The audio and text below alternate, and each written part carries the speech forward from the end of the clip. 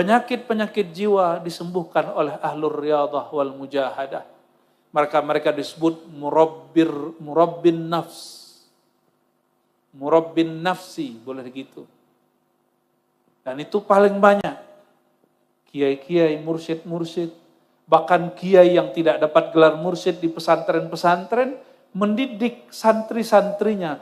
Mereka layak disebut sebagai murabbin nafsi.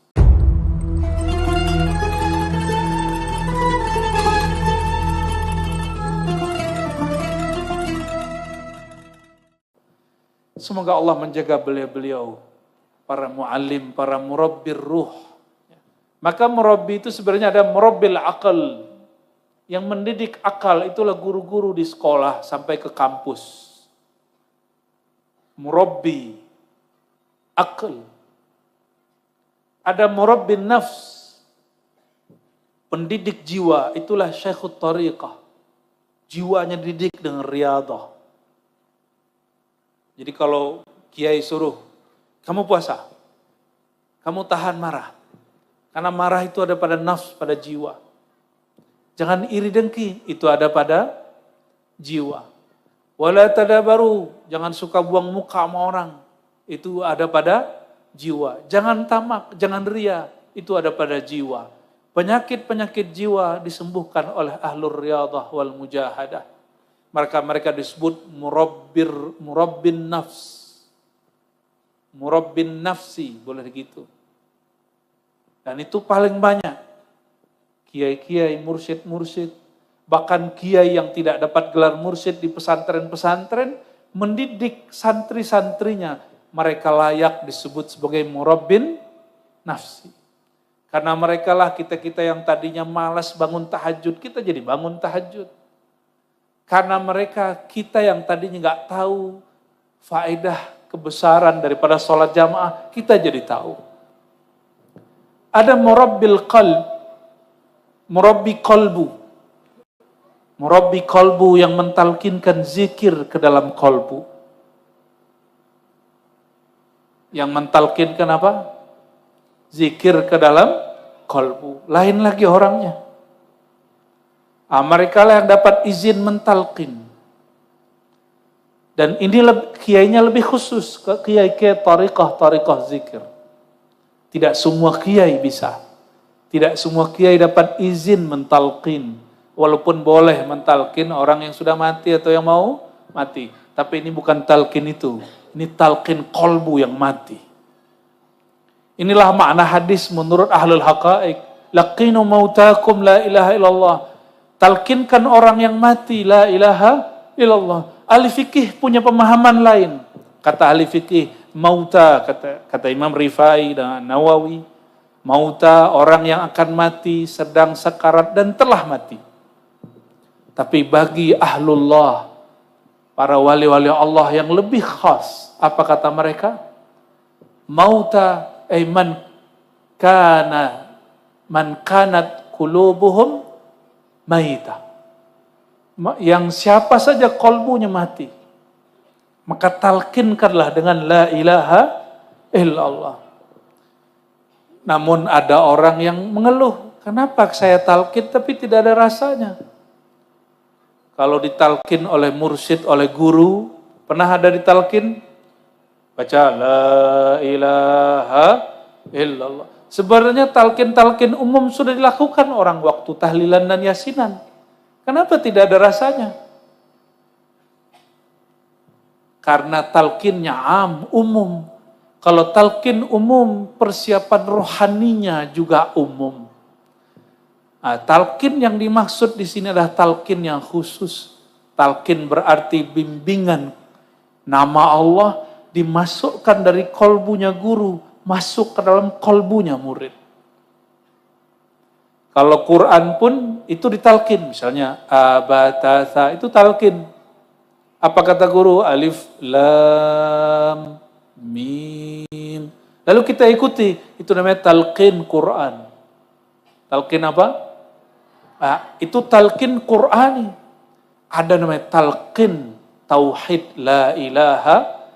Salah satu sunnah Nabi SAW yang ditinggal banyak orang hari ini, talqin la ilaha illallah. Ya. Rasulullah SAW langsung diajar oleh Allah. Tapi Rasulullah SAW diajarnya di mana? Bukan di kolbunya, langsung kepada ruhnya. Innama ana basyarum mithlukum. Katakan, hai Muhammad, engkau itu sama kemanusiaannya dengan manusia biasa. Perbedaannya cuma satu. Yuha ilayya. Diwahyukan kepadaku. Diri Nabi Yuna Muhammad SAW, bagian mana beliau menerima wahyu? Itulah ruhani beliau. Ar-ruh tadi. Ruh beliaulah yang menerima talqin langsung dari Allah. Itulah yang disebut ilmu laduni. Jadi laduni ini gak sembarangan. Laduni itu rahasianya rahasia. Jadi kalau laduni gak ada urusannya dengan kebal. Ya, saya lihat ada orang kirim video, Ustadz, ini ada ilmu laduni. Ternyata ilmu kebal. Ilmu kebal bukan ilmu laduni. Ilmu kebal itu bagian dari Bismillahillazi la yadurru ma'asmihi sya'un fil ardi wala fis sama wa samil alim. Itu bagian dari hadis Abu Dawud. Disebut dengan sir atau faidah daripada Ismullah. Nama Allah. Iya. Rasulullah waktu perang Uhud giginya retak. Rasulullah nggak pakai debus. Berarti perlu nggak ngambil debus. Kalau ingin tahu rahasia Bismillahirrahmanirrahim, silakan. Apa-apa. Makanya ada orang-orang ahli di situ. Tapi kalau nggak udah melihat Rasulullah itu biasa, manusia biasa. Yang luar biasa ruhaninya.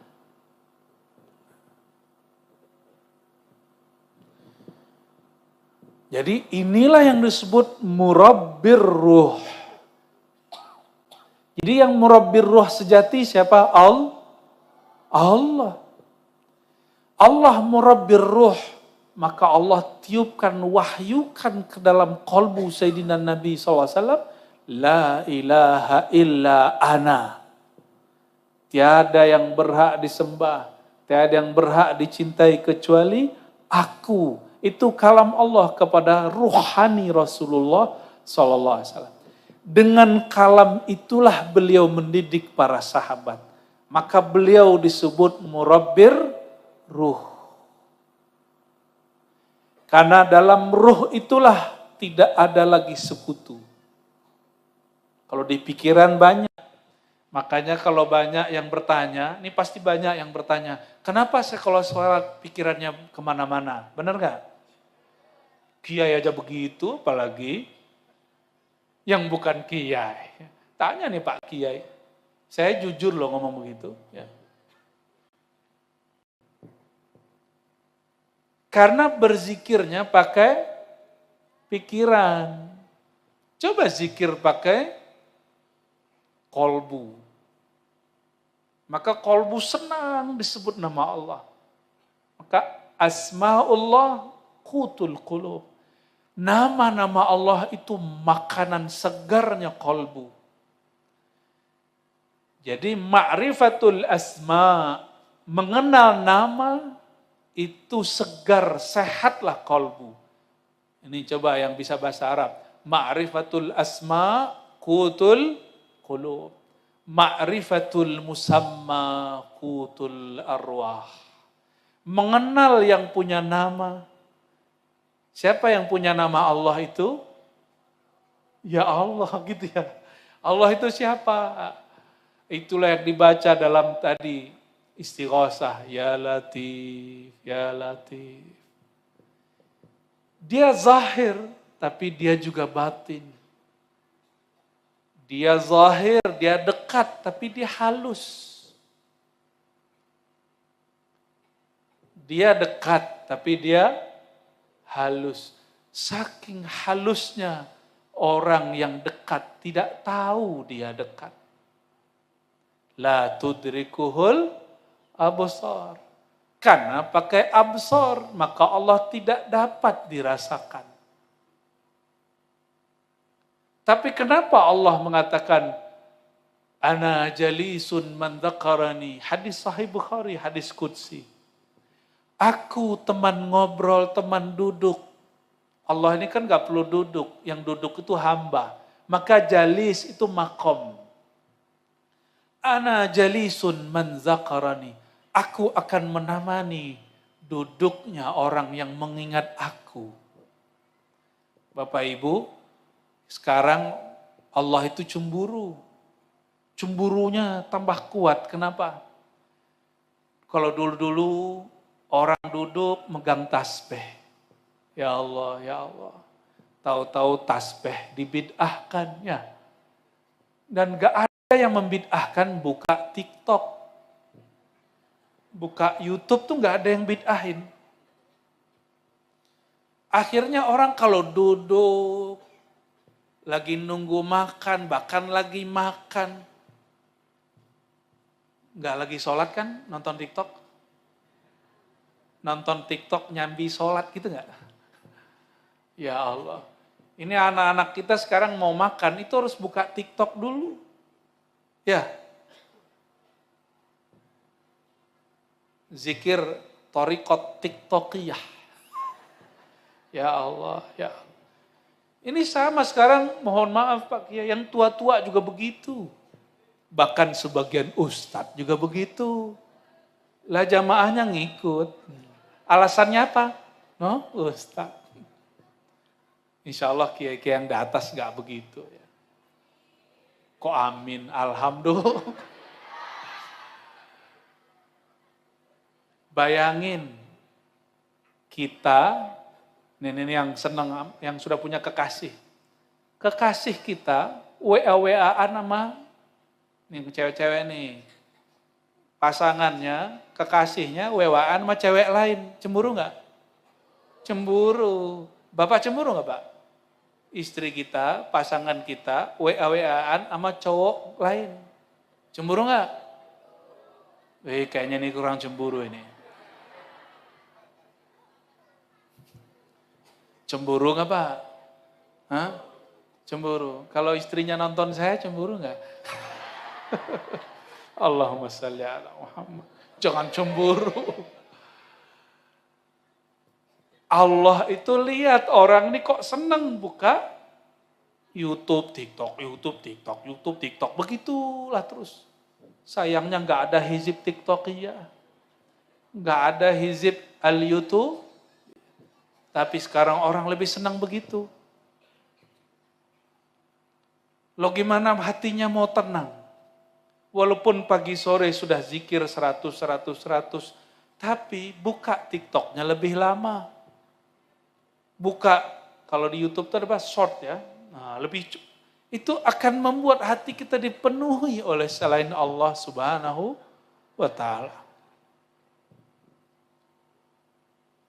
Kalau orang kerja 8 jam sehari, dapat gaji sekali sebulan, benar nggak? Itu gaji bumi. Kalau ada orang menjaga hatinya bersama Allah, nggak perlu 8 jam sehari, 2 jam saja sehari. Dia akan dapat gaji langit. Namanya al-minah al-ilahiyah.